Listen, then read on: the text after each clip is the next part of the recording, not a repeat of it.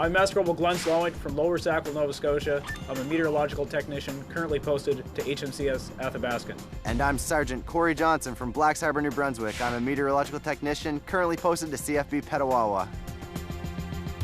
Meteorology is one of the cornerstones of any military planning. It affects aircraft, it affects personnel on the ground, it affects ships. Any inclement weather can destroy any of those links. Meteorological technicians provide on-the-spot weather information services. We observe local phenomena, we report on it, and from that, forecasts and briefings are derived. If you're a soldier, an armored crewman, or an infantry that's trying to just live through day-to-day life while you're out in the field, you're going to want to know if it's cold, if it's wet, if it's really hot. People like me can provide that information. If you're at sea, knowing what kind of sea states you're going to come up against, storms that are out there, I can tell you all about that. And certainly anybody that flies aircraft is going to want to know just what kind of things they can expect on their route. Everything we do is weather dependent. A Met Tech's job may sound pretty basic. Provide accurate mission-specific ground, air, and sea conditions and forecasts out to our Air Force, Navy, and Army commanders.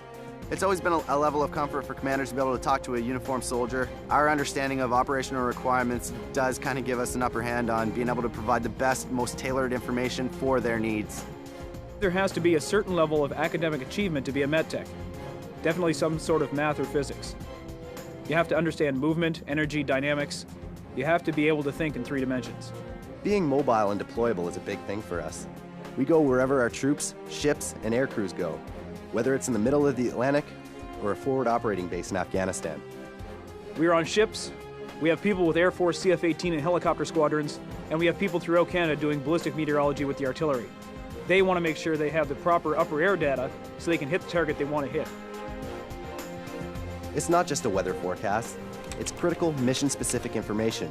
For somebody that never wants a dull moment, then MedTech is definitely the trade for them.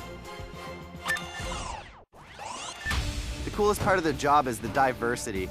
You can go to sea, if you like going to the Army, there's definitely the Army tour. It's just the diversity, all the different people that you meet, all the different places that you get to go and see. You get to work with everybody.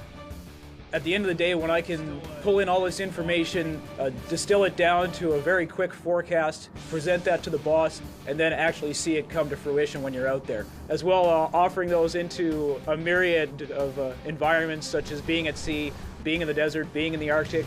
There is no job quite like this. It allows you to use those brain skills along with basic military skills to get the job done.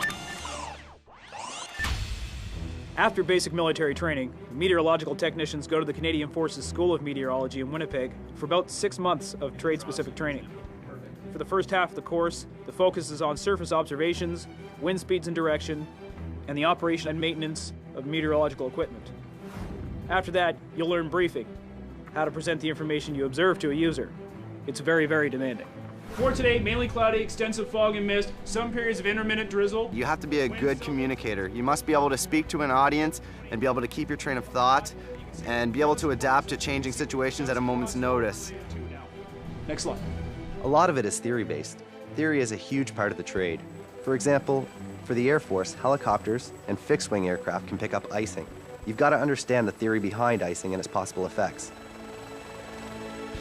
Also, turbulence can become a huge issue. You have to give them information as to where turbulence may be located. When you're done in Winnipeg, you'll be sent to the Canadian Forces Joint Meteorological Centre in Gagetown, New Brunswick for on-the-job experience. In Gagetown, technicians are given the opportunity to hone their skills under the supervision of a group of experienced technicians. Additional training includes driver training on a variety of military vehicles, advanced training to allow meteorological technicians to better integrate into artillery regiment, and technical training to allow technicians to operate in a steer weather office. When you leave Gagetown, you'll be posted to an Army, Air Force, or Navy unit, responsible for observing and recording weather conditions and briefing local commanders with the weather information they require. Here in Petawawa, I run the upper air section for the artillery.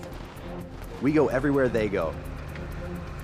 We have METTECs that are posted to the artillery, and send up weather balloons, and the information that we get from the weather balloons, such as temperature, humidity, wind speed, and direction, helps to correct for the atmospheric phenomena that could cause that round to end up not on the intended target. So it is a tool that they use to increase the safety and accuracy of their weapons.